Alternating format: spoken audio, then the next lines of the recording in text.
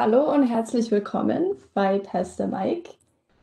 Mein Name ist Corinna, ich komme gebürtig aus der Eifel und meine Eltern und Großeltern haben auch dort schon lange gewohnt oder schon seit mehreren Generationen und ich bin eine der wenigen, die von dort aus dann in eine größere Stadt gegangen ist. Jetzt wohne ich hier aktuell in Stuttgart und ich freue mich sehr auf die Veranstaltung heute.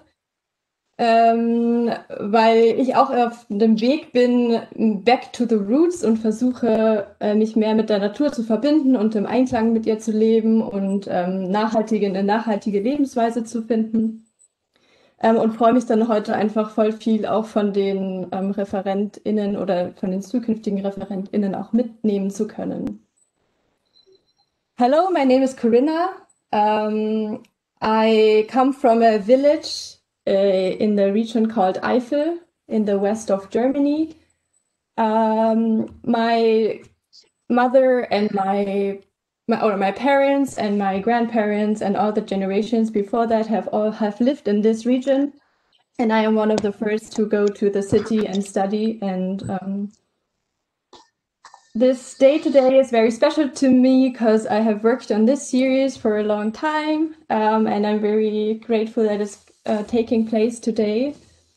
And I'm very excited to listen to a lot of wonderful speakers who are going to share their experiences with us, especially since I am trying to go back to the roots and trying to live more in connection with nature and to try to live a sustainable lifestyle. And I hope that the speakers can enrich me in pursuing this goal. Yeah, hello from my side too. Naitwa Gulf Magut, natoka Kenya, Mashariki Afrika. Nilizaliwa pia kutoka farm area. Ninakuwa kwenye hii seminar kwa sababu ya topic ya leo. So again, in English, my name is Gulf Magut and I was born in Kenya. Kenya is east of Africa. I was also born in a village and my parents were farmers. I'm really excited about this seminar, the whole series, and to co-host with Corinna. The topic of today is really interesting to me and I'm just so excited to hear from Carolina. So welcome everyone, and we're excited that you're here. Yes.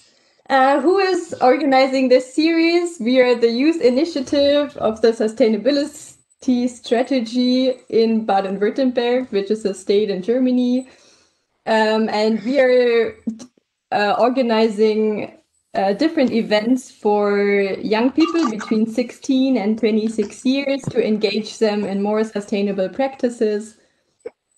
And this is one project of this. And we also have a cooperation partner, which is the Entwicklungspädagogisches Informationszentrum in Baden-Württemberg that is a center which is working in global learning, and they are and today is Yvonne. Yeah, but Yvonne's video is currently not working, unfortunately. Hallo. Vielleicht, ja, hallo, hier bin ich. Hallo. Okay. Yes, thank you, Yvonne, for helping us in setting up this event. Good. Sehr gerne. So the series is called Pass the Mic because we literally kind of want to pass the mic to other countries and to other speakers to give them a voice to share their knowledges and experiences they have. And the series is particularly focusing on climate change issues. We see a lot of them in the media, but we actually don't know anybody who's directly affected by it. And so the idea is to ask people who live on site questions like, what is it like to live in your region? How does climate change look like for you? How does it affect your everyday life or the life of the people in your country? How are we collectively kind of maybe responsible for this, or what can we in Germany do to mitigate the effects of climate change in other countries?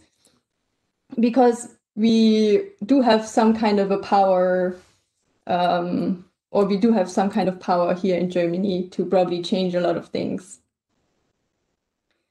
How did we come up with this project? Basically, the story of it is that I was on an exchange semester in Canada, and I learned a lot about the indigeneity of the peoples who live since generations in Okanagan is where I was, and they shared a lot of their traditional ecological knowledge, which made a lot of sense to me, and which is a very social kind of endeavor to live in connection with nature and to kind of learn from nature and vice versa. And there was a very wonderful professor at the university at which, and I was in his class, and he had a profound knowledge of how the water systems work in the Okanagan, but he was not recognized at all throughout the whole North America. And because nobody believed him that he has this kind of knowledge. And although he already has a PhD, but he never gets invited to any of the conferences, which is really sad.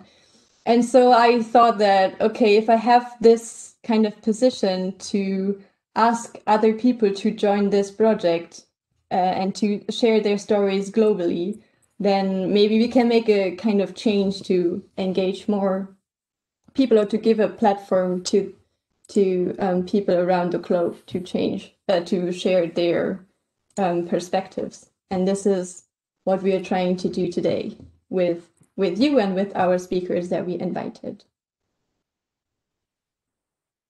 In total, there are going to be 6 sessions. We have each time one speaker. Today, this will be Carolina from Colombia.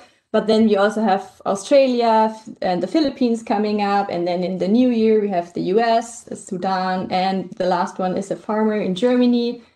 And yeah, so you're very welcome to join all of our 6 series. Maybe before we start, we can make a quick round of what are your expectations of this series or of today, and maybe with which questions did you reach this session? Is there anything that you would like to be covered throughout the next 90 minutes, or then you can share it now, or you can share your question later. Maybe you can start by writing an X in the chat, because there's so many people here that I can't see them all on my screen. Did you come with certain expectations? And if not, that's also totally fine. Then we are very open to see what happens. Nadia writes, just curious to know different experiences. Yay. I think that's a very good point.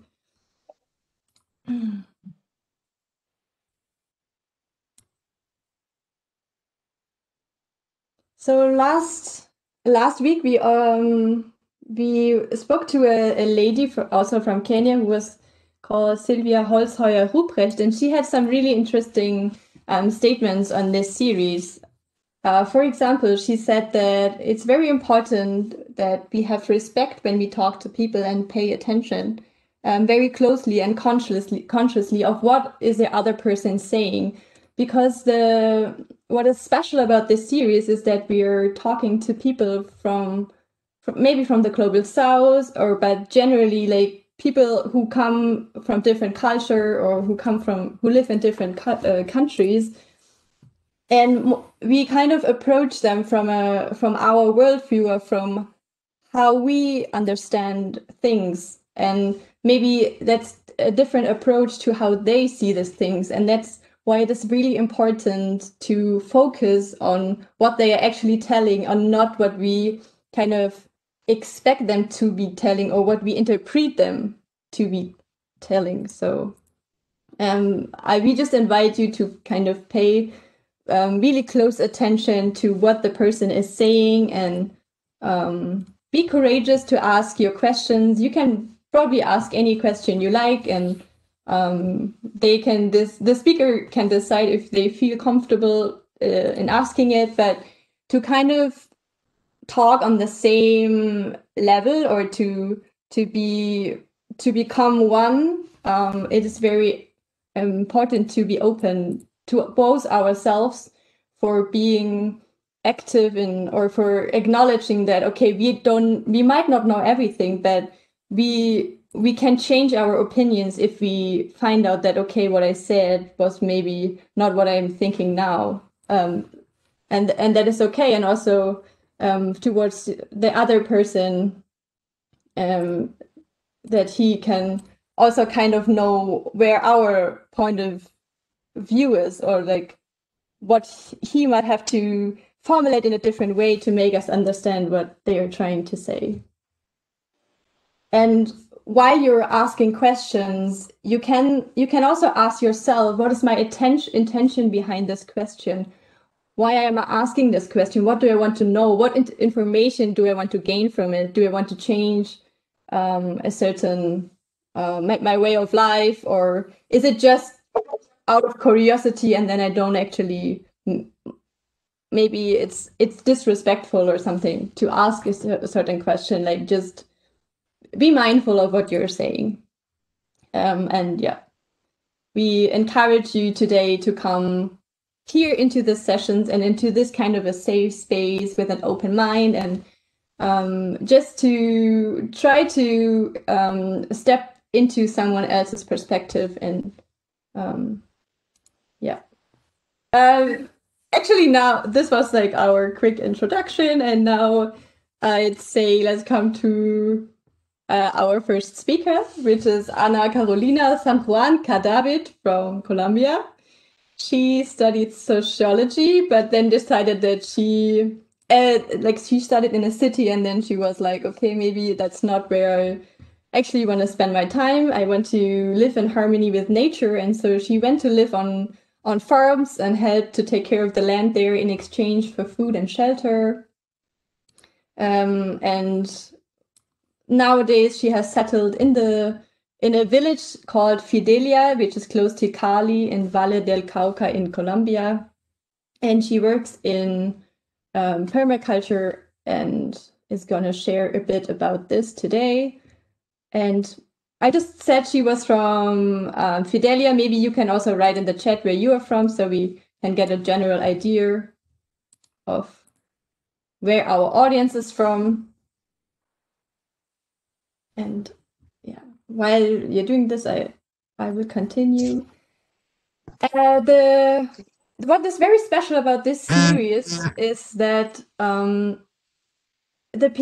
we're connecting to people from different parts of the world live, which means that the time it is here now, which might be an awkward time to have a meeting at 2 p.m., but it's just 8 a.m. in the morning in Colombia. And in Australia, it will be midnight next week. So we are very grateful for Carolina for standing up this early to chat with us. And even more, she is actually highly pregnant and is expecting her child this month. So she has to come like kind of first so that we can even have her as a speaker. So just thank you for taking your time to share your story. And now I will pass the mic to Carolina. Yay. Okay. Hi, everyone. Can you hear me fine? Yeah? Okay. So, yeah, my name is Carolina. I was born in another town, not Felidia. This is where I live right now, but I was born in Pamplona, in the north of Colombia, very close to Venezuela.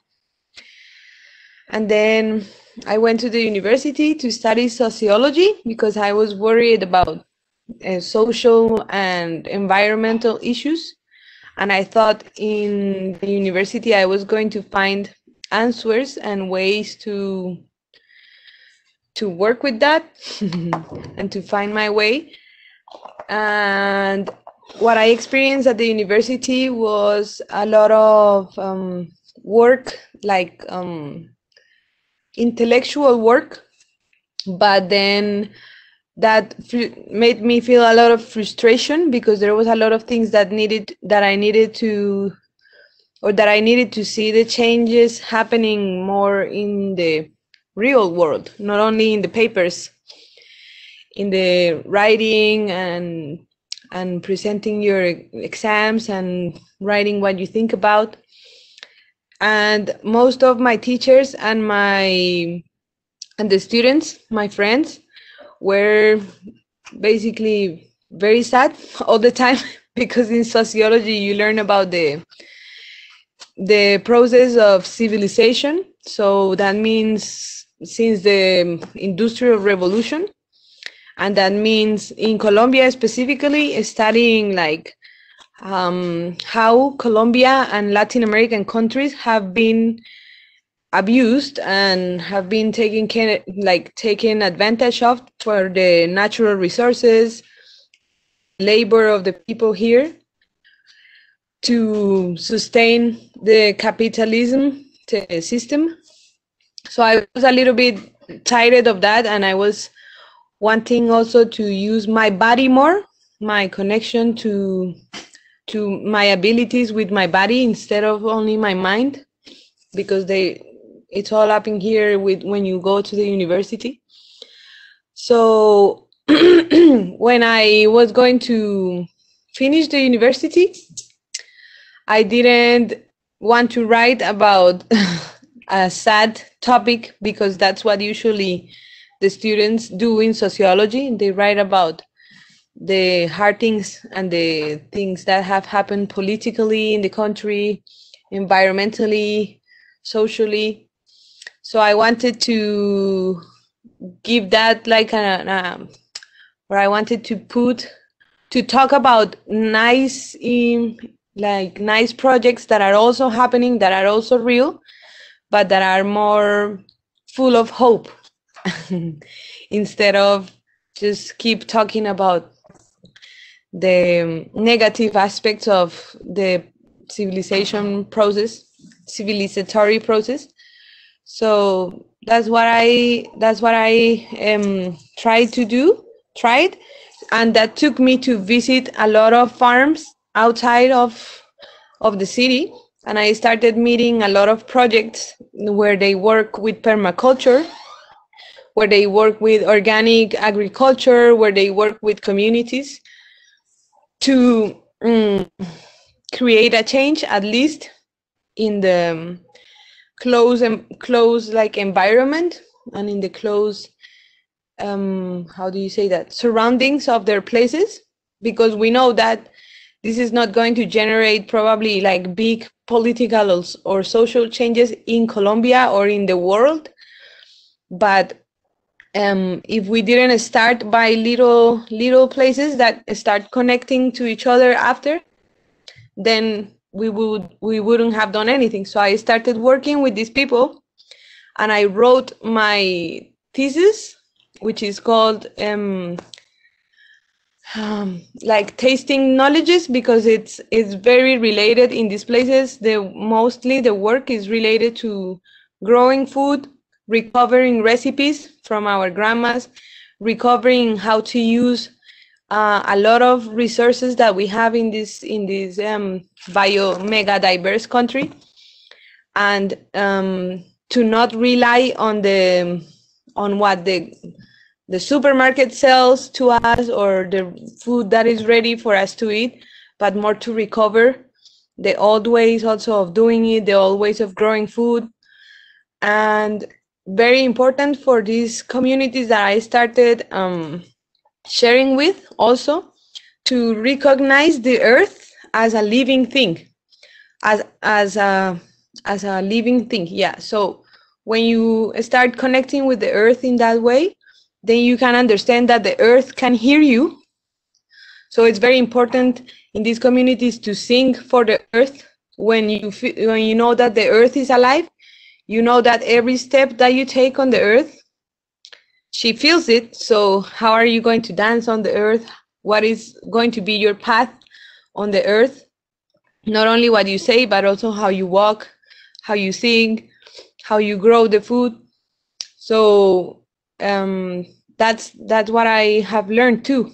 Not only that we have to do political changes and be super active in that way, but also like the spiritual work that needs to be done with the land, with the territory, and that's knowledge, or a knowledge that has been recovered from all of the native cultures around the world that do that. They have songs, they have dances, they have rituals, they have ceremonies to give thanks to the earth for all the food that we are constantly receiving, for all the rain that we can receive, the water, the sun, the energy from the earth that we are all the time receiving.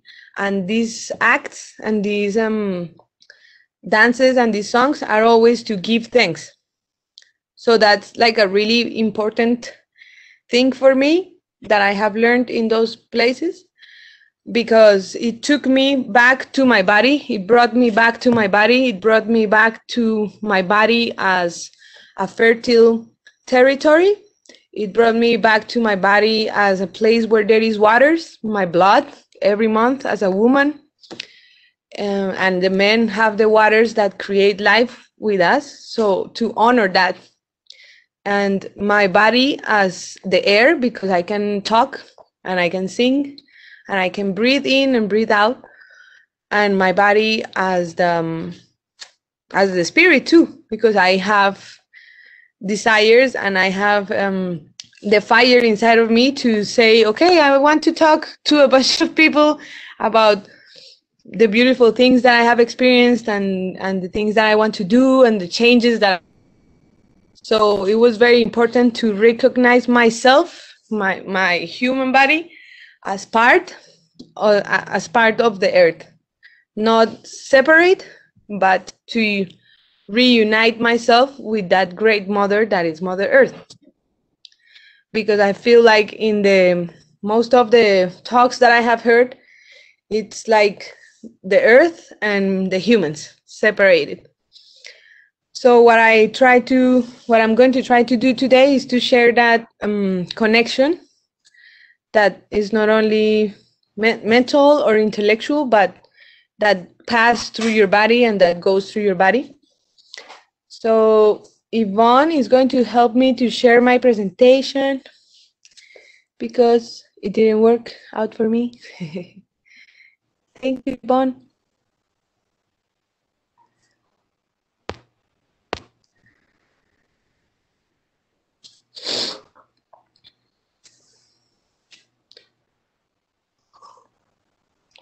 Okay, so it's loading. So yeah, as Corina said, I have been living in different places in Colombia, and I have been a nomad a little bit, going from one place to the other and finding always traveling through the mountains and staying in farms where I can learn from the people how to work with permaculture, with organic growing of the food, with taking care of the kids and the kitchen and all the things that are involved in living in a farm. So for this first part, I planned to do a little exercise that I like. So the presentation had like a first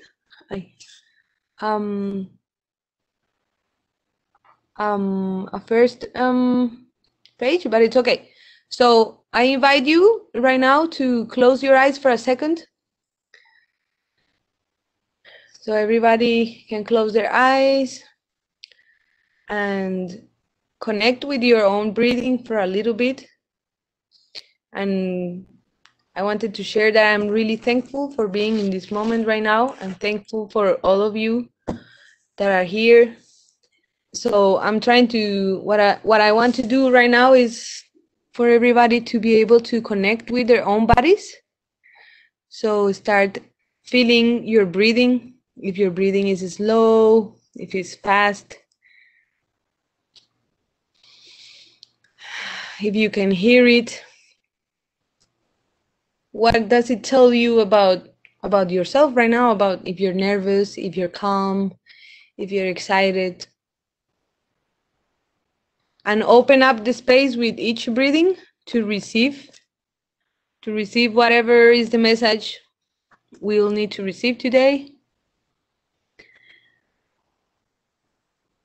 And maybe feel a little bit in your body, the temperature. What is your body temperature? What is your climate? Because we are going to talk about the climate change. So what is the climate that you are going through, that you're experiencing right now?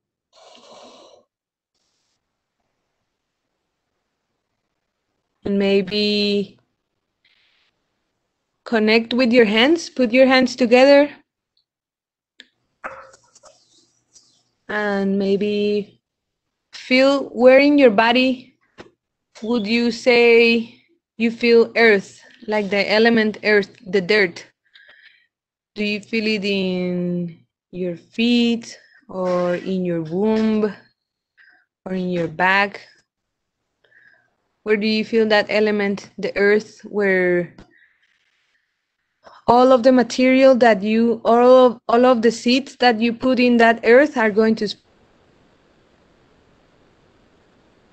a manifestation? Where is the fire in your body? Can you notice where do you feel the fire? Where do you feel that energy of transformation that the fire allows us to have? When we need to change something, we need to burn something, we need to transform something, and we need to cook something with the fire. Where in your body do you feel that fire?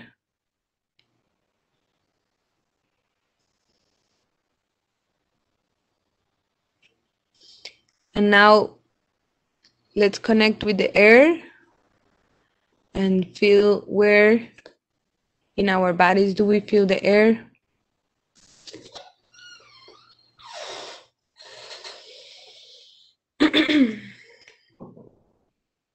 How does the air allow us to connect with the life every second? Because we can live without food for a while, we can live without water for a while, but if we stop breathing,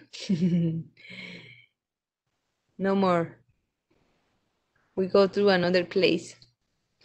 So each breathing allows us to talk, to sing.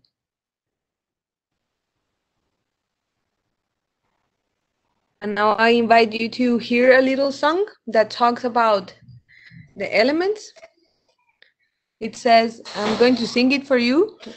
You can open your eyes and look at the images of the fire, the air, and the earth that I chose.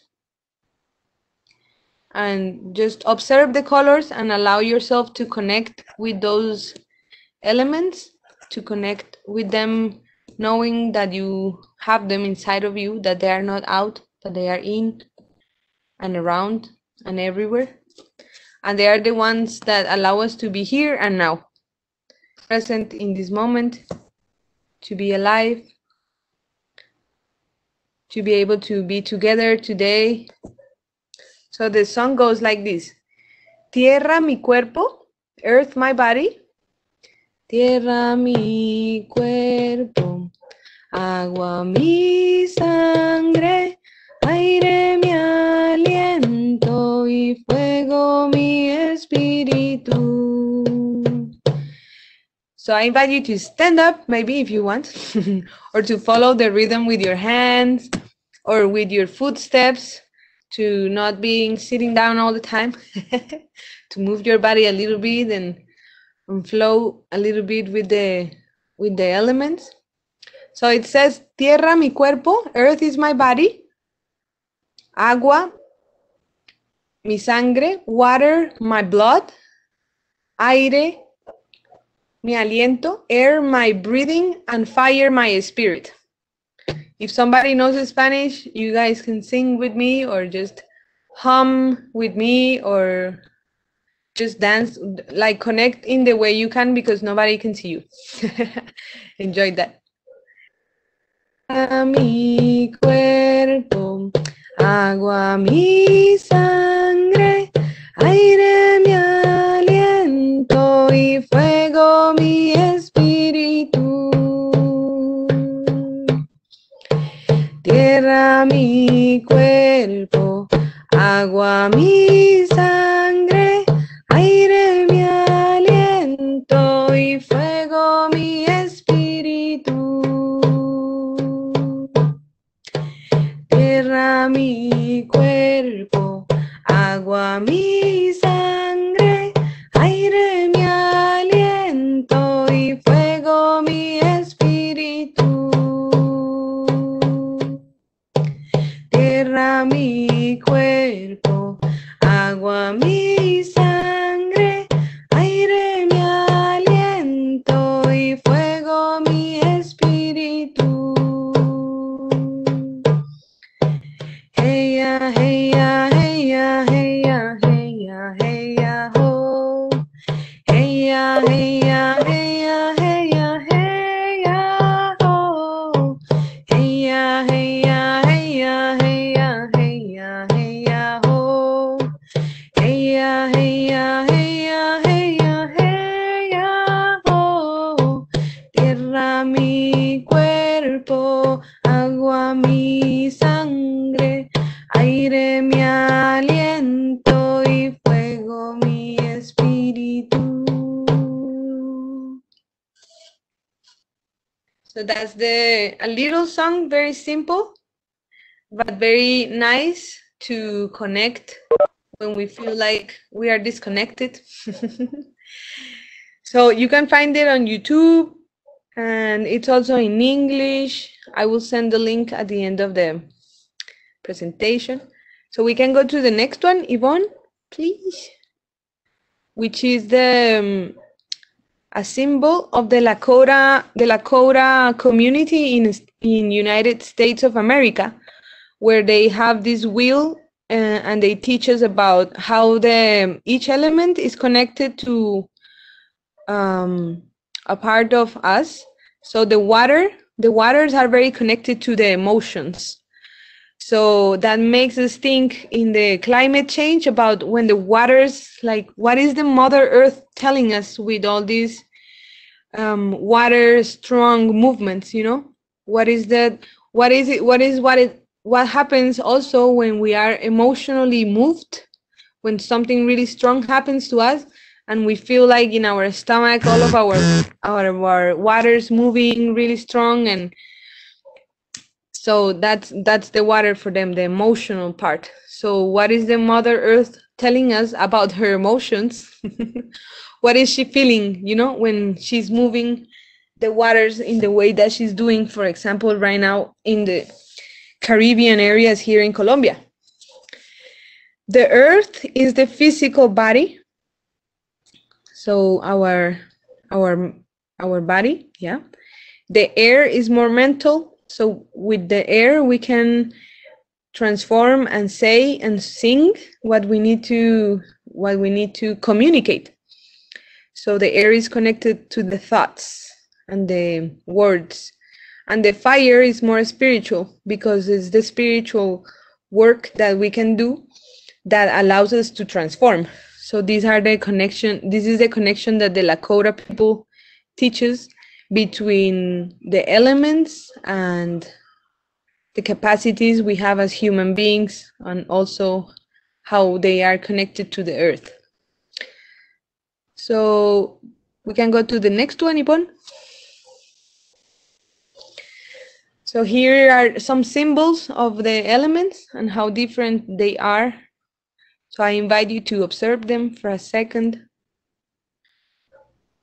and see what they tell, what the symbols communicate to yourself, to each one of you, because each one of us is different. So maybe we are more fiery, we are more watery, we are more earthy, and maybe we need to activate our fire to transform our realities, or maybe we need to root ourselves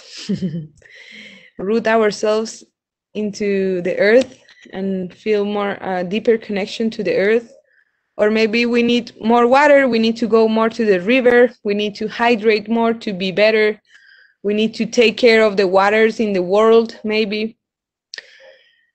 Or maybe we need to work with the air, clean the air, clean our air, sing more, communicate more. We can go to the next one, Yvonne. Maybe.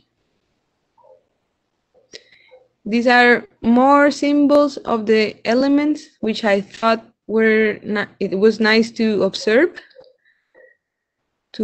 them and to feel them.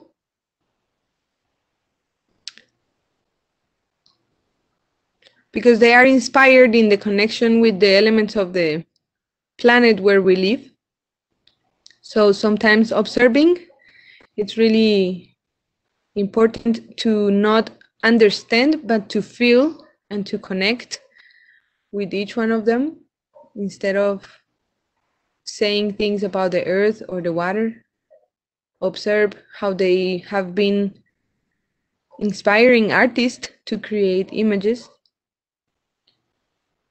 And people in general since the beginning of the times.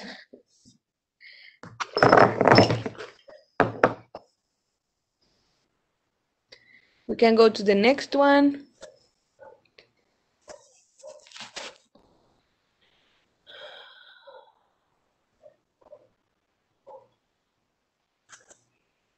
Or the next one, that one is white.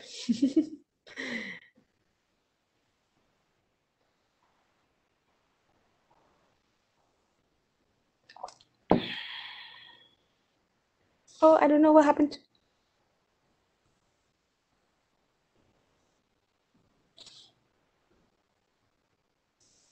I think I can share it from here.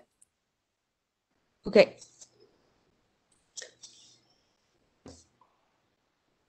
Can you see it?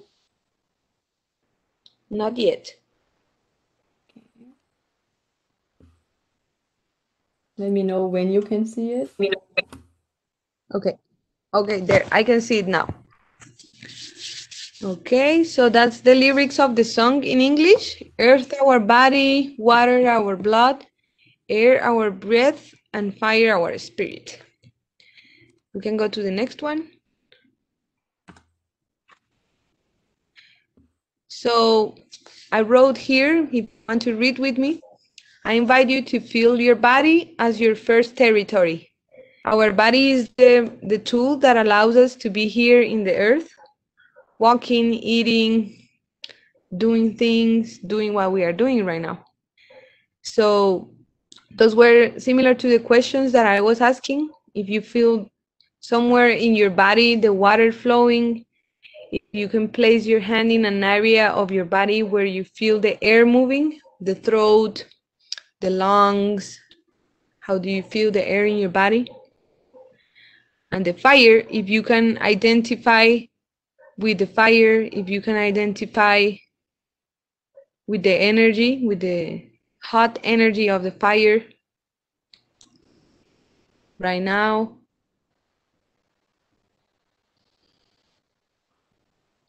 What is the climate in your body? Are you comfortable with the temperature in your body right now?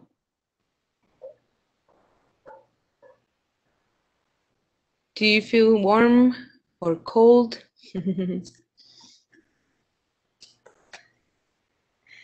I do these questions because it's really important, or it has been really important in my path, in my learning with these communities, to not only work in the land and grow in organic ways and do what is needed to do physically to have food available and have changes available in your community, but also how do these elements connect with me?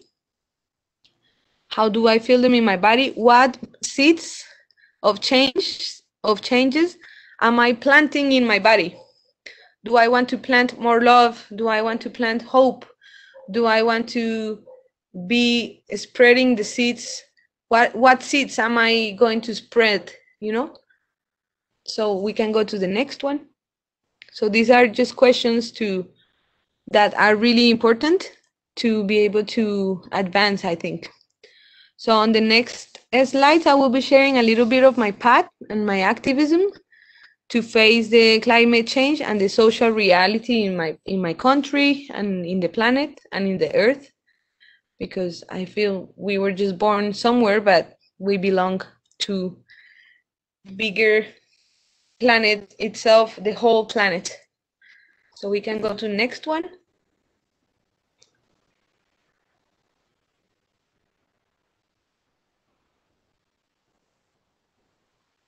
Okay, so Colombia has very unique characteristics that have a great impact in the way that people and animals and all the elements we have been talking about experience the climate change. So we can go to the next ones where I talk about a little bit which are the most important characteristics. So the first one is that Colombia is a mega diverse country. That means that we have several ecosystems. So the effects of the climate change are very diverse. So here we have a mountain that splits into 3 chains of mountains that look like the back of a dinosaur. They are really long and they go across the country. And these elevations of the earth make they have created like really different ecosystems. So we have a lot of waters here, very large oceans here.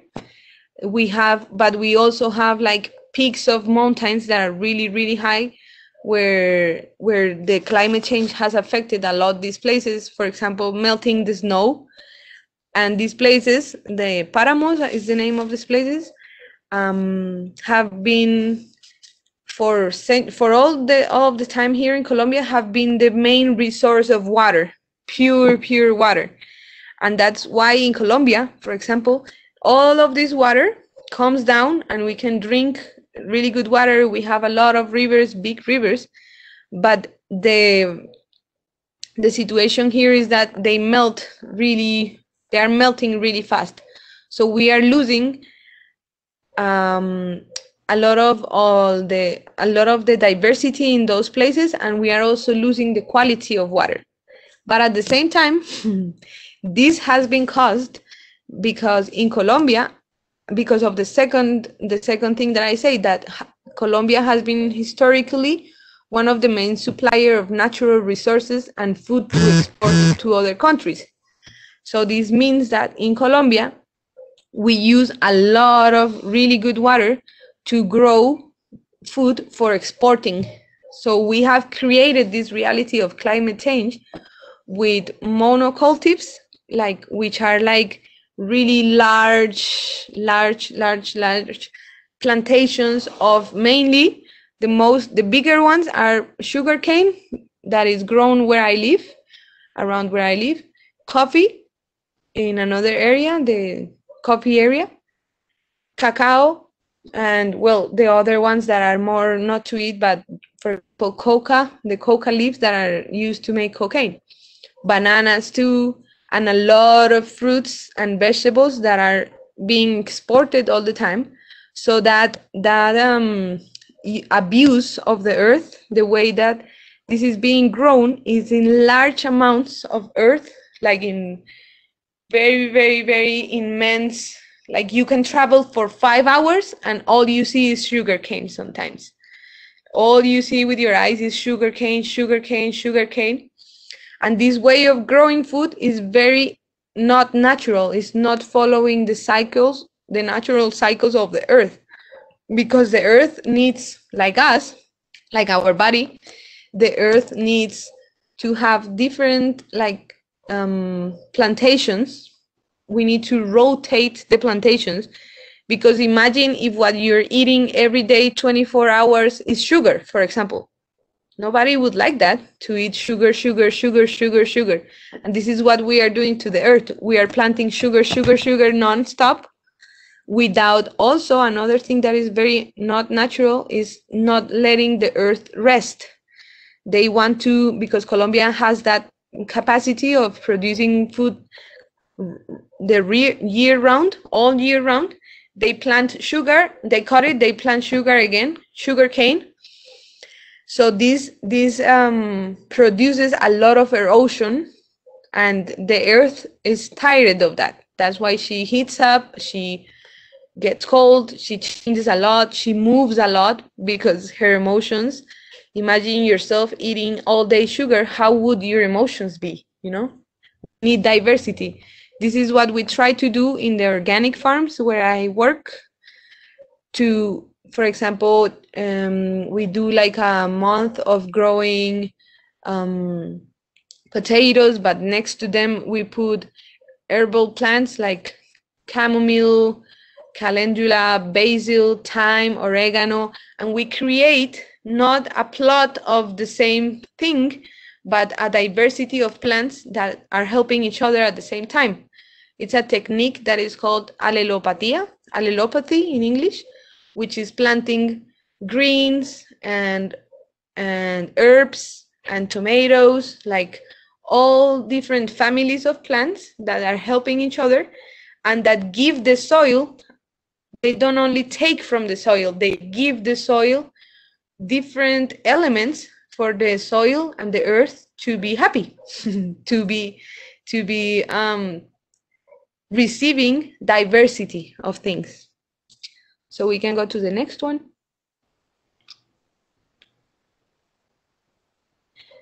So another one that it's personally is that Colombia has a large social gap. So this means that the climate change affects each social group differently, which brings us to think about climate justice.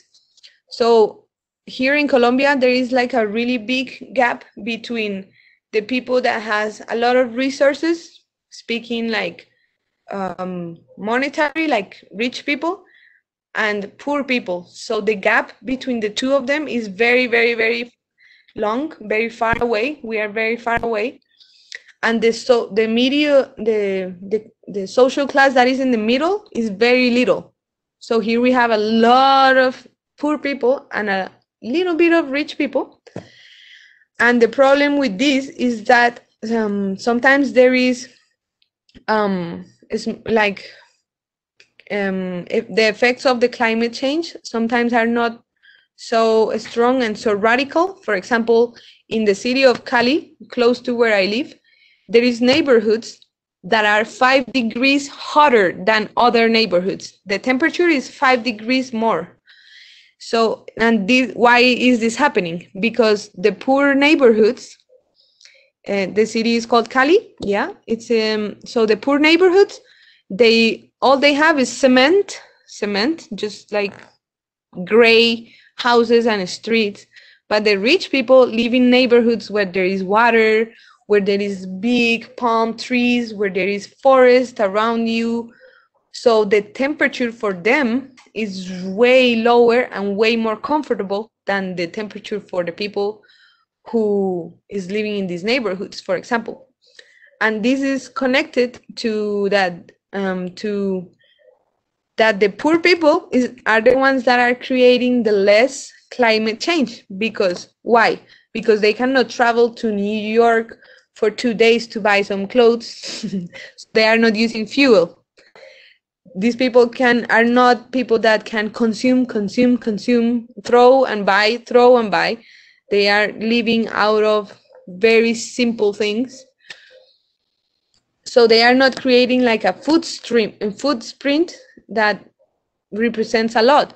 So, but they are experiencing in their own bodies and lives the harder effects of the climate change. So this is climate justice. The fourth one that I wrote is that Colombia basic economy a long time ago has been based on agriculture, which has gone through big changes due to the stress caused by the heat and the cold waves, erosion, and extreme rains. This situation affects greatly the economy of the families that had lived out of the food production. So yeah, Colombia mostly is an agricultural country, and you know that agriculture depends a lot on the weather, how much it rains, or how much sun do you have, or yeah, the weather in general. And there is a lot of little changes in the weather that produce sometimes like the loss of big productions of food, and these families depend on that. So it's really strong because it's also climate justice. These people are not well supported by the government. Like when that happens here in Colombia, the government doesn't help them with economic helps for every month. So basically one day they can lose everything they have. They can lose what they were expecting to gain in that month, for example, for the sale of their coffee or the food that they produce that they were expecting to produce due to the climate change. And also like the conditions of the people that works in the farms here in Colombia. You can Google that, you can research about that, but it's like one of the countries that have, I don't want to talk about that a lot, but because I want to talk about the positive things that are happening. But in Colombia, for example, when I was living in the coffee where they grow a lot of, in the area where there is a lot of coffee being grown, there is something really strong that happens, that is that before the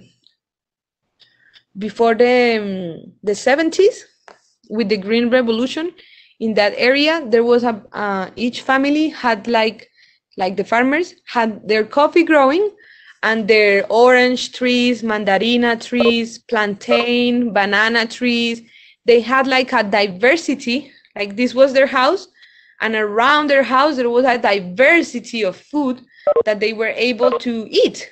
And at the same time they had some coffee to sell to the companies to make some money.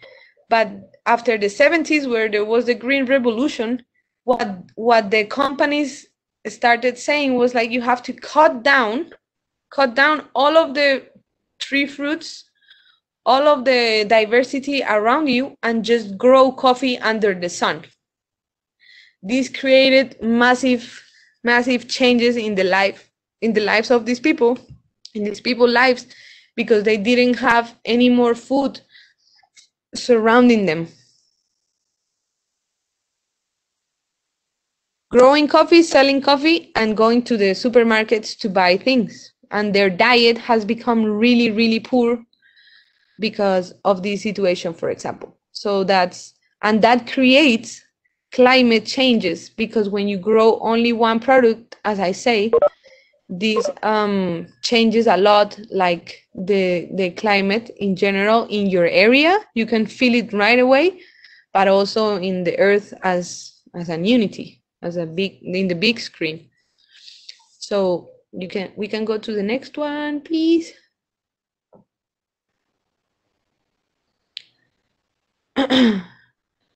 So I say here that the population that is deeply affected by the effects of the climate change are the ones that have least responsibility in producing it. That's what I was saying before. Because of their economic reality, they don't have access to consume, buy, travel, or generate a lot of trash.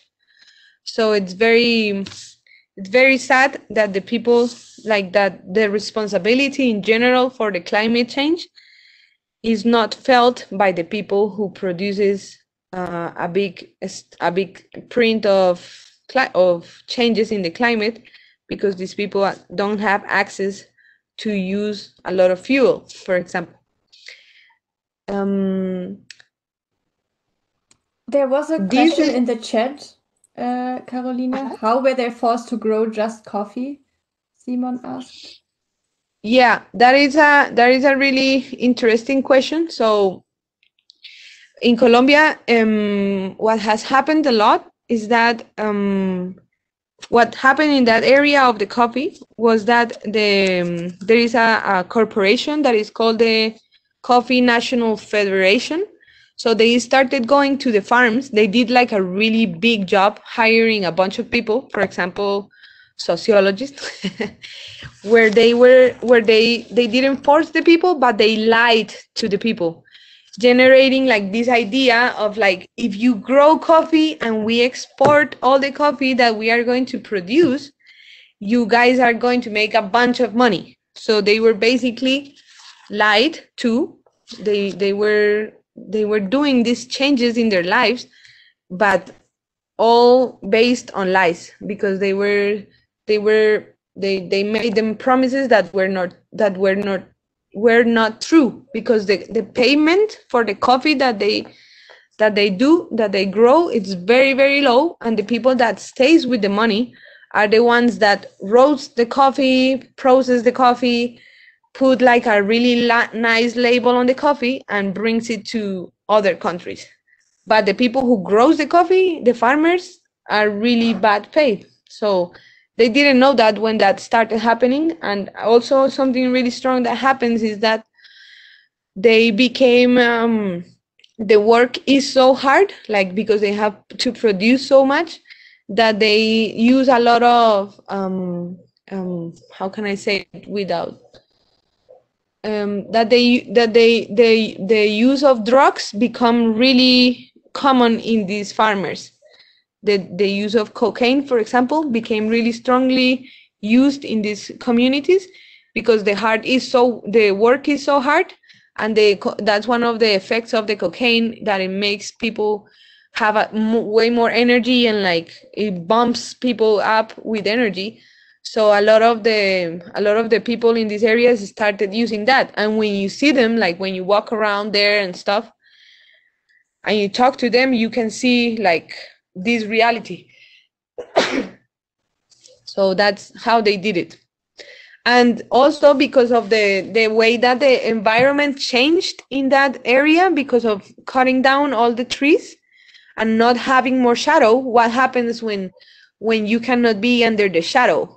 You know, everything changes, like the soil, the composition of the soil changes a lot, and that produced like a lot of necessity for using chemicals to produce the coffee, because the soil was used to being covered by this beautiful and fresh diversity of trees, and now it's completely exposed all the time to the sun. So imagine ourselves, our bodies, 24 hours under the sun, without a shelter, without some trees around that covers. So that really changed the whole composition and the whole climate in that local area, for example. Yeah. So the global warming is mostly produced by the industrial countries. That's what I have, that including Germany, for example, which is one of the most industrial countries in the world. But the effects are felt by the global south, like in Colombia, due to the things that I was talking about, to the poverty that the people live here, the economy that depends on the food production, the fragile environments we have here, and the last one is the extraction of minerals and natural resources for the international industrial uses, like for our phones and the computers, because Colombia is very rich on minerals too. And so I'm not saying it was hard to write all these things because what I want to do is not to.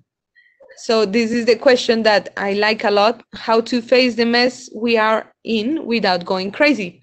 Because when we hear all this information, it's really hard to feel calm and to feel fine about being here and being a human and being part of this reality. So for me, the solution, not the solution, but the way that I feel like I don't go crazy is working with communities where they try to not reverse or not change completely, because it's really hard, but to put like a little bit of active hope, which is another concept I'm going to talk about today, which is like creating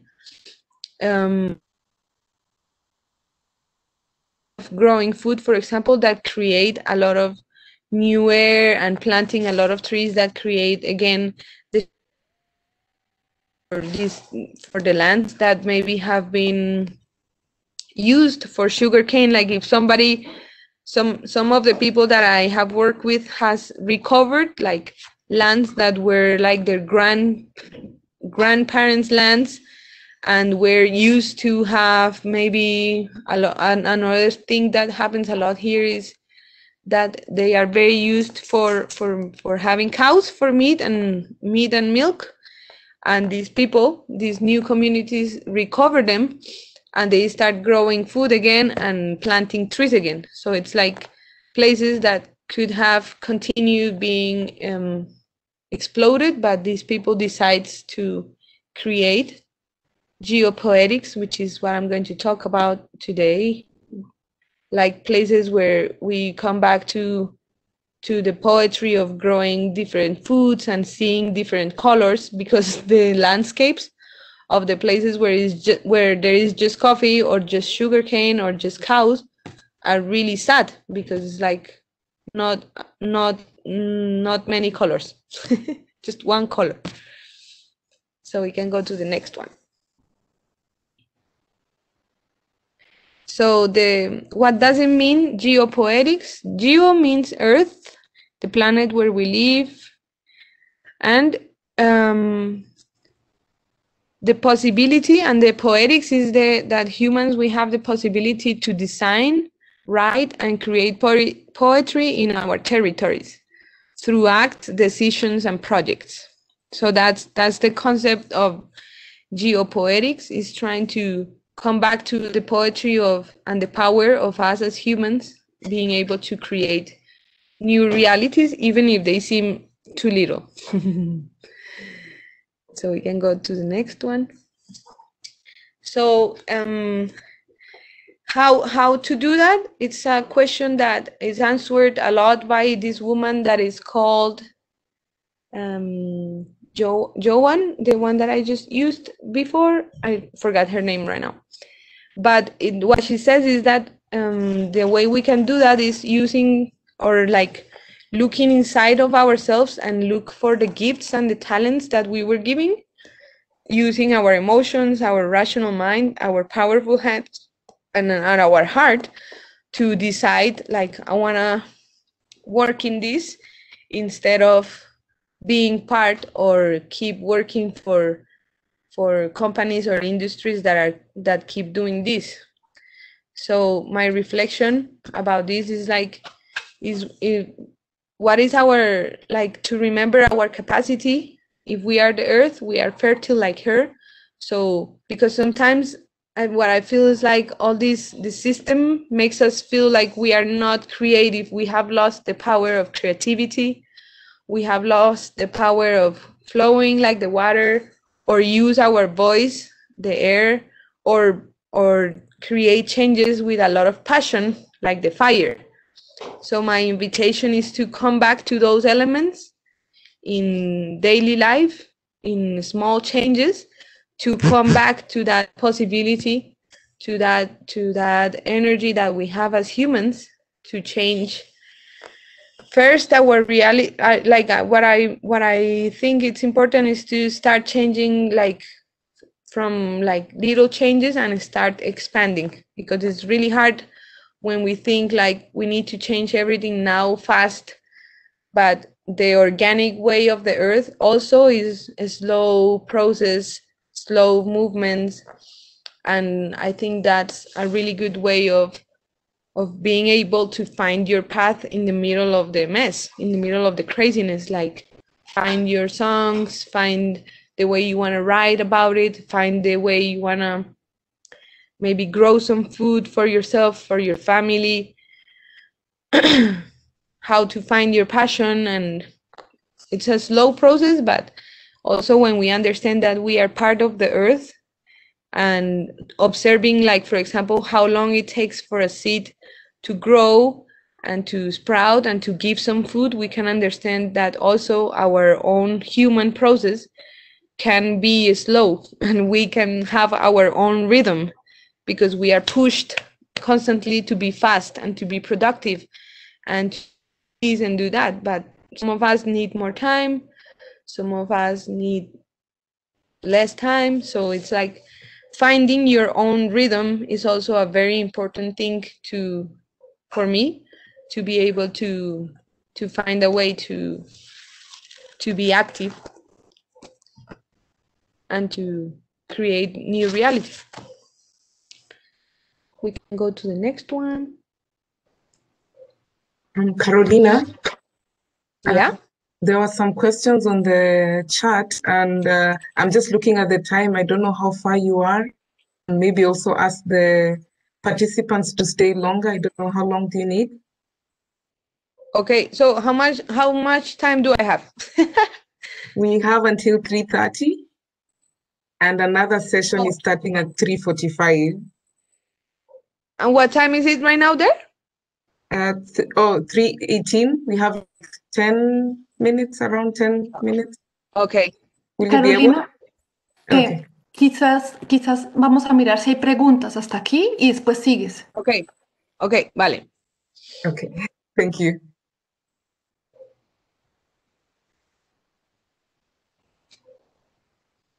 Yeah, because I can move forward to the pictures that I want to show. And Caro, ¿quieres preguntar si hay preguntas? yeah, I'm wondering if any of the people that are listening have questions until now, and then we can observe some of the pictures that I chose to show what is geopoetics in images. I think Manuel had a question. And Amelie would love to see the pictures. Manuel, would you like to ask your question?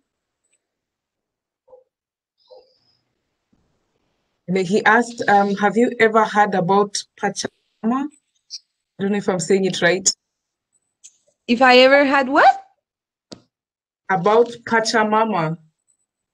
Oh, if I have ever heard about Pachamama, yeah. Well, Pachamama is Mother Earth. Understanding that we are Pachamama too, we are part of the earth, and all of the elements that we have been talking about are it's a concept from the cultures in Latin America. It's how they called the territory that have gave us life, that where we live in. So it's deeper, but it's a way of calling Mother Earth as a living thing, as our mom.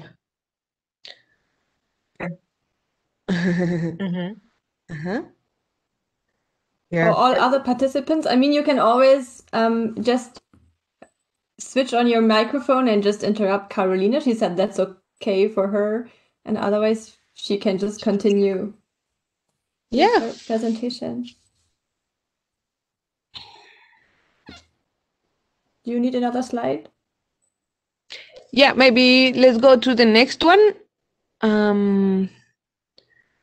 Because here I just say that I have been traveling, and in these communities, I have always been careful with like, where do I go? Because I want to go to places where people are working with permaculture, which is the culture of permanence, how to create things that can last longer in the time, different to the capitalism culture where you consume, throw, and you use, and then you don't use it anymore in a short time. So in the next slide, there is like a little flower of the principle, the main things that are important for permaculture. So we can observe it for a second. So you guys have like, maybe this word permaculture or the idea of permaculture is not familiar. So you guys can research more about it, because it's a really nice way of working. So we can go to the next one. So these are like the main important things. If you can see the presentation, the people care, the earth care, and the fair share. So those are the main things that are important for permaculture, and the idea is to how to put them together, how to produce food caring, not how do you say that, not doing mass production, but thinking locally, for example, a lot, thinking about your family, about your closer family, about how that can represent, how growing food in this way can represent social care, caring for the people. How can this represent changes in the way people live their daily lives? How can this represent changes in how the people feed themselves, build their houses? We build their houses. I have worked a lot with, but I have shared a lot with people that make their houses out of the materials that are around, instead of buying materials all the time. And yeah, how to create this livelihood where you can use the not use, the words are even, it's even hard to find words for this kind of work, but it's how to relate in a different way to the territory where you find yourself. So we can go to the next one. So to advance a little bit more. So for example, this one is these are pictures. I don't have a lot of pictures because I'm doing things and I don't take a lot of pictures while we are doing this.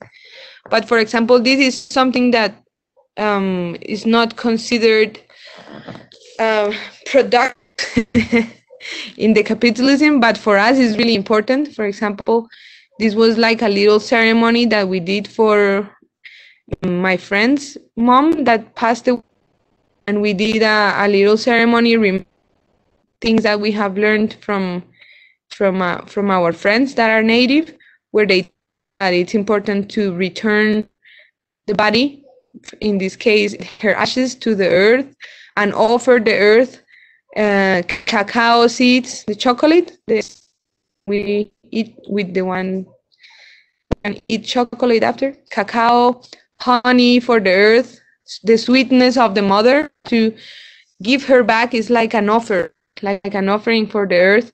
We have to give her water, seeds, so that we did a little ceremony where we sang and we did this turning the original womb. So this is the caring for the cycle of life. We can go to the next one and see some pictures of that day. Somebody took pictures. So we were singing and she was the holes and doing the work too. And we planted a little tree in the top of ashes, I mean. So we were singing her. There was a couple more people that day. We can go to the next one.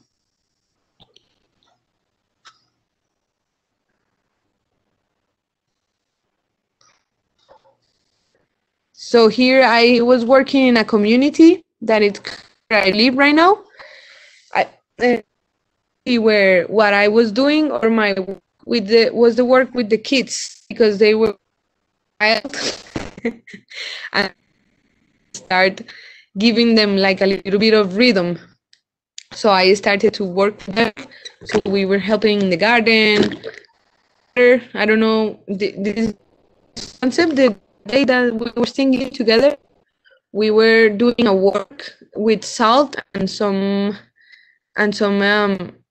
trees that are very special here that call the water. Like when you plant these trees, it's easier for the water to come up, because there is water underground really deep, and you can call the water planting the trees and making some work to plant a lot of these trees. They are called nacederos, which means born, to be born. So they call the water from the underground because this community doesn't have a lot of water resources. So they do a lot of work to make water available for their kids. We were singing with the kids of the community, And I was basically like a company for them to work with the clay, to work growing food, to connect with these elements, to being like a mom of all of them. So this is also something that looks really simple, but I think is what we all need, that vital sense of having a mom, being taken care of, being able to be cared for, connecting with someone, and not feeling alone, like a lot of in the cities, or feeling our works or feeling our apartments lonely. Just a work to be with each other, give company to each other, support each other emotionally, to listen to each other, care for each other, sing for each other. So here we went in the river. We can go to one.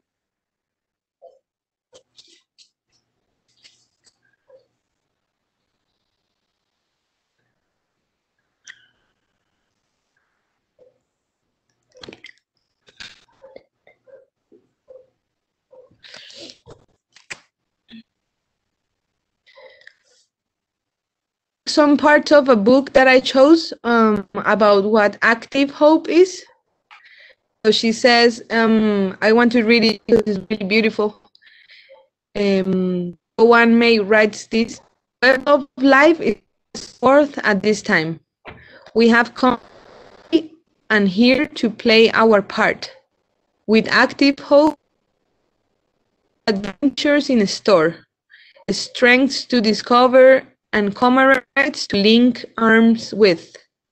Active hope is a readiness to discover the strengths in ourselves and in others, a readiness to discover the reason for hope and the occasions for love." The next one.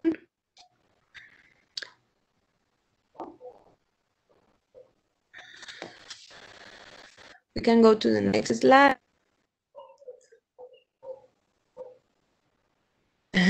A readiness to discover the size and strength of our parts, our quickness of mind, our steadiness of purpose, our own authority. Oh,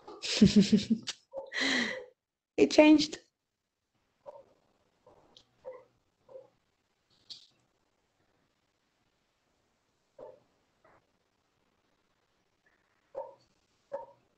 Okay, our own, our love for life, willingness in our curiosity, the unsuspected deep well of patience and diligence, the keenness of our senses, and our capacity to lead. None of these can be discovered in an armchair or without risk. Like these words by her, because it's not, hope is not about just waiting and waiting, but it's more about using all of those capacities we have, leading our way and not going crazy. Okay, we can go to the next one, where I show also a little bit of work with women, because one of the main that I have understood during this time in communities is that the feminine energy has been dying during the centuries through the civilizatory process, and the energy of the feminine doesn't belong only to women. It's just an energy like masculine and yang, but the energy of the feminine, and which is caring, which is nurturing naturally, because are meant for that which is growing inside of us, with taking care of a lot of things, and has been under, I don't know how to say that in English, like lost like importance, is not appreciated, is not taken care of. So doing this in these workshops with women is recovering the energy cycles of life, the energy of the cycle that we live every month with our moon, and getting understanding from that, getting the energy, the feminine, which is following, because the masculine energy in balance with the feminine energy becomes what we are living right now, exploiting, taking the resources from Mother Earth without care, like fat and furious. So I have discovered that in a lot of these communities, most of the people that started them are women, because they are caring for the family, because they are coming back to that energy of the caring for everything that is around you. So it's really important to work with this. If you guys want to research about the divine feminine energy, it's really important for all of these communities, I think, to come back to the balance between the masculine and the feminine. And this is also really for relationships, for how we, us as humans, how we balance that energy out a little. We can go to the next one, the next slide.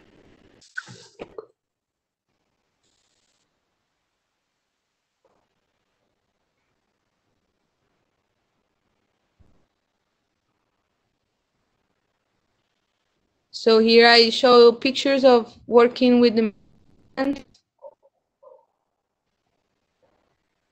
The next one. We work a lot in these women workshops too, using medicinal plants to heal ourselves, because a lot of problems womb with their uterus. Medicinal plants are really useful. So I show working with gardens and dirt. This is a picture of the hand of a friend, where she has like a little laboratory of microorganisms to feed the soil. For you to grow good vegetables, you need the soil to be nurtured. So she has that project of dry microorganisms and wet. Here, a little structure.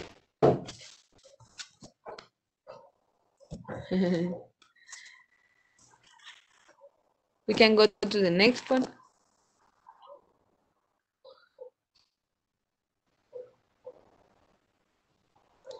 I don't know if you can see in this picture, there is some circles in the background. So that's like a really important thing in permaculture and in organic farms. In the last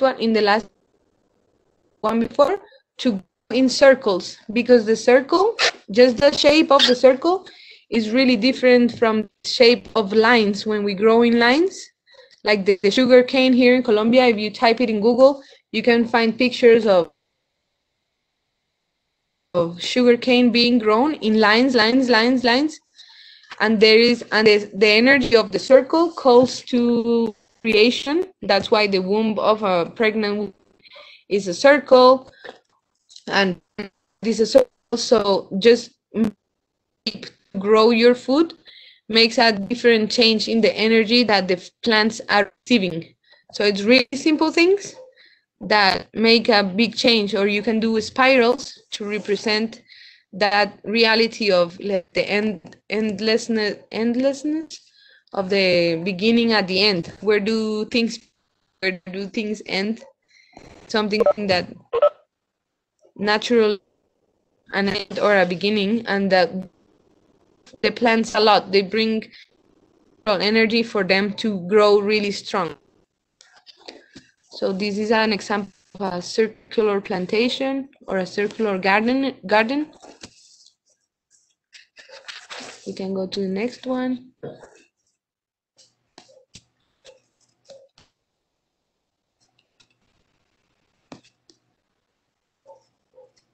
Here we were doing some work with seeds. There was some volunteers.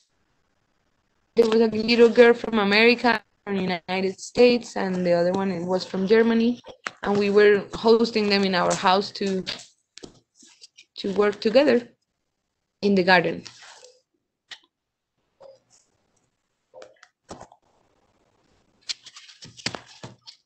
can go to the next one.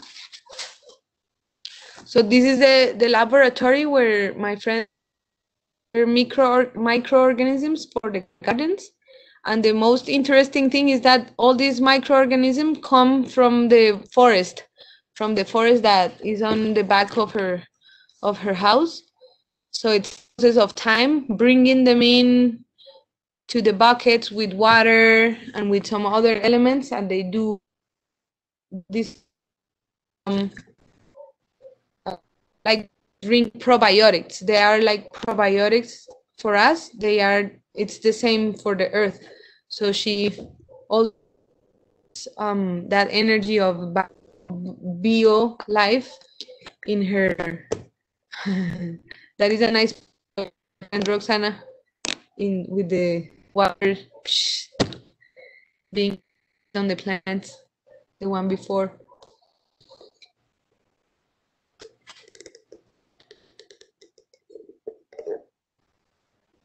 So this is a little phrase by Mary Oliver that says that she believes in kindness, also in mischief, also in singing, especially with singing is not necessarily prescribed. So yeah, we do that work, and now nowadays that I don't to travel anymore, but I am in this territory of the last pictures I show, where we are mostly women sharing the seeds. Here we are with a family that lives around here, and we trade food. We have gardens. We have some projects going on regarding the caring of around here, the caring of the earth, of the seed.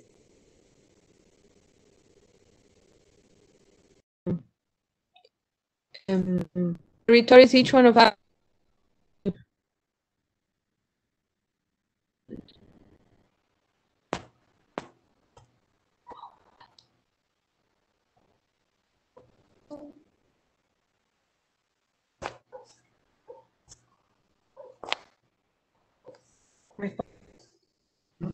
My phone.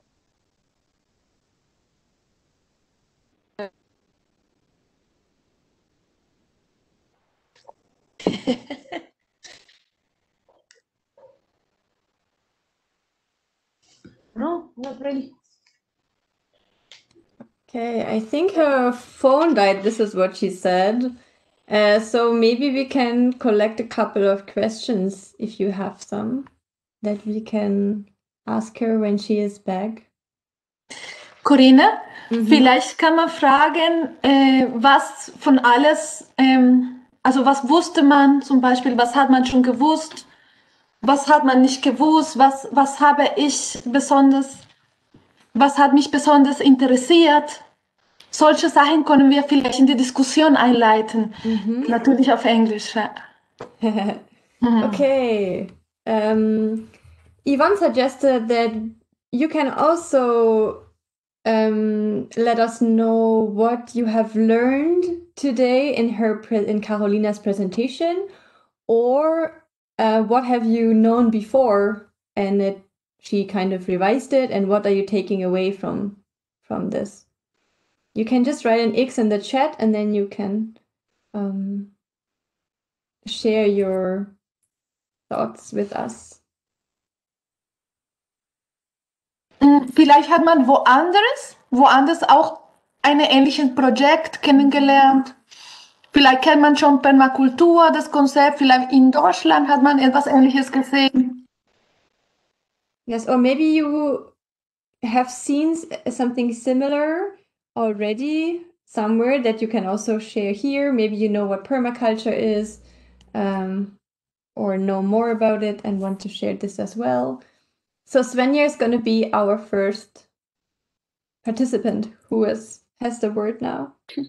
So yeah, what I can tell you is that I've been to Jamaica last year, and yeah, they also talked a lot about the fact that the circle of life, and you have to give back something back to the earth, and that if you have to treat the earth as your mother, and and they did the permaculture thing as well and all those stuff. So I think it was very similar to the project she talked about.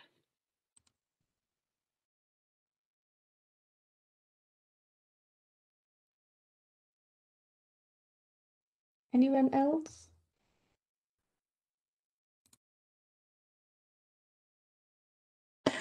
Fragen? Fragen, was ist vielleicht, irgendein Konzept ist nicht so klar rübergekommen. Konnte man so in Deutschland leben? Konnte man auch so ein Projekt in Deutschland reinbringen? Do you think we could create such a project here in Germany?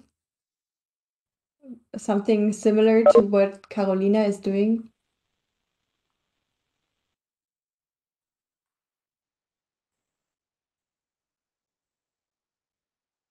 And if you don't think it's possible, why you don't think it's possible?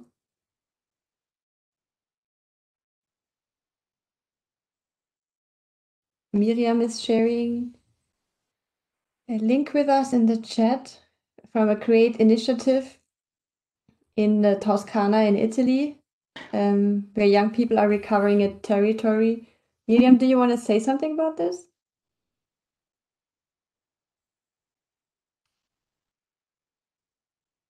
I was just someone who's interested. It was an interesting project I've been visiting, who inspired me a lot, and it reminded me a bit of what Carolina was talking about.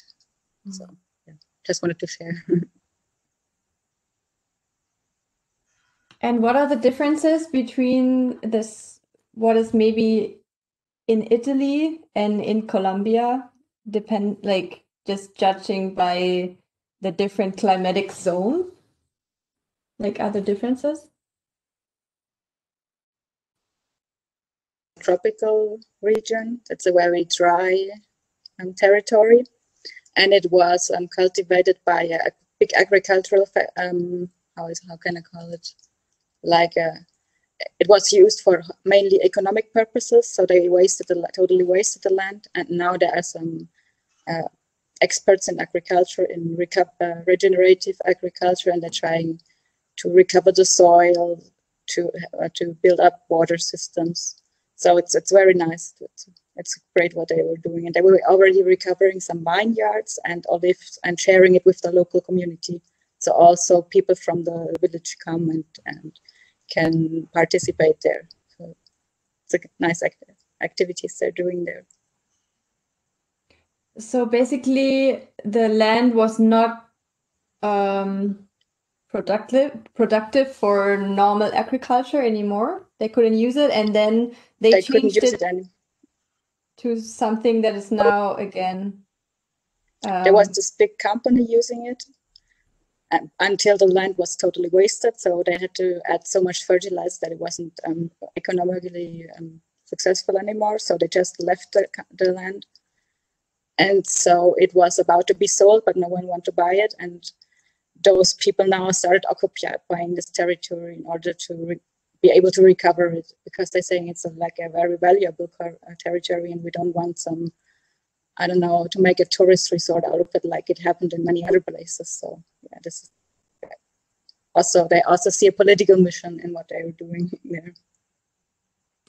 Okay, so there are definitely some similarities between the project in Colombia and yeah, I guess Italy. So. Yeah. Other opinions? Also der WN hat auch was geschrieben, aber ich habe es nicht so gut verstanden.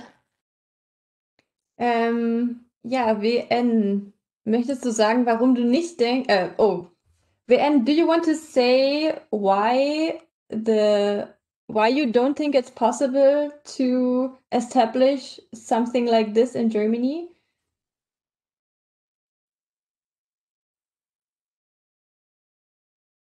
Okay, he answered in the chat that there are almost no projects that are similar to this.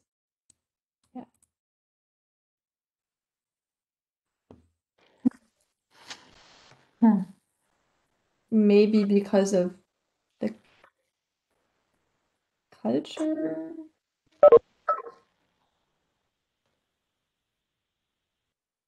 Yes, and thank you for Irina. There are definitely some permaculture projects in Germany as well. There is also a website, for example, like Woofing, where you can find them and work on them, but I guess they are on a much smaller scale. And Ira just sent me an example for one eco-village, which is called Linden.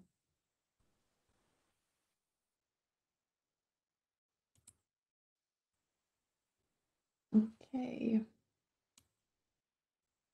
Well, I'm not sure if Carolina is coming back.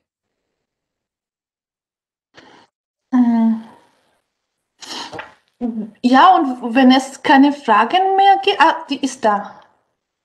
Oh, die war da.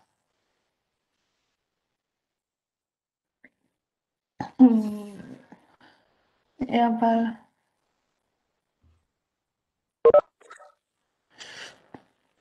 Sonst konnten wir, was meinst du, Corinna, können wir kurz warten oder sollen wir langsam, wenn es keinen Diskussionsbedarf mehr gibt, in die Pause gehen? Was meint ihr mit? Does any one of you have more questions that you would like to get answered? I'm sorry that my phone died and I didn't even notice. I was just focused on talking, but I noticed that my phone was dying. So do you want to share the last thing from the presentation? Actually, the end of the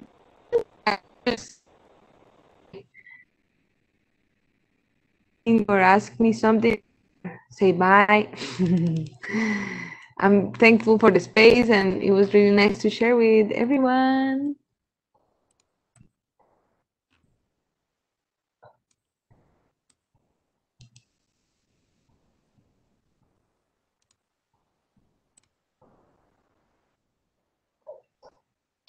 I will just still open another time the presentation, because I think it was you mentioned to me before about the organic markets, and I'm not sure if you covered them already during this presentation.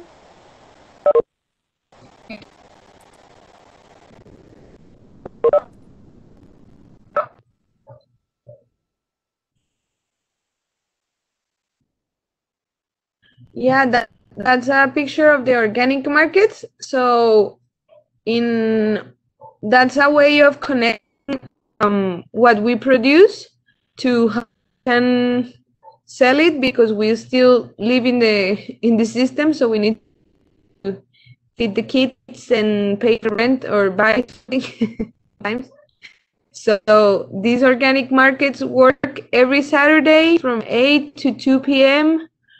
and it's like a gathering of the organic farmers that come to sell their products and create a community economy, create their own economy and live out of what they grow and what we transform, because there is some of us that cook with the organic produce and bring it to the markets too. So they are markets that are how do you say that? We make them, like we have created them, we have spots to make them, we ask for permission of the local government and some help to find the money for buying the tents and the tables and all this, to be able to create this economy where people can access to organic food too.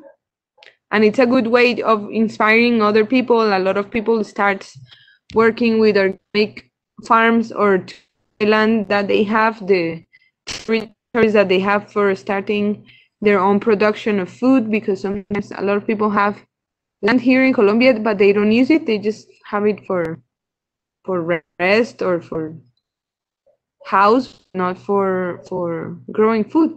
So So really nice space to buy your food and talk to the people at work.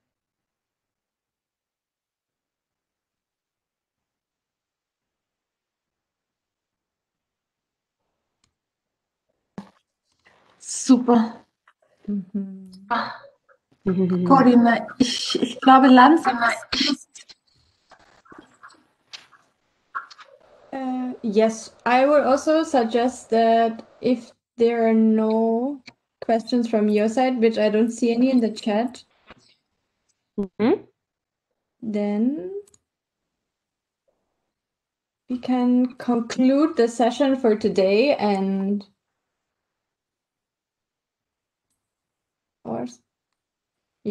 let's conclude it. And we thank you, Carolina, for taking your time to tell us about Colombia, to do a little singing exercise with us. And I thank the participants for being here, for listening to Carolina's story. And yes, there's a new speaker at the same time next week. His name is Ado. He is from Australia and he's a fire practitioner. And he would love to share with us his traditional practices. And we will also talk about the wildfires that are devastating a lot of regions in Australia. And he is indigenous from the Yuin and Tunguti tribe. And I hope we see each other next week. Corinna, mit den Studenten bleiben wir noch natürlich. Yes, and the students who are participating in the series of lectures, please stay with us. But we will do a 10 minutes break, I think.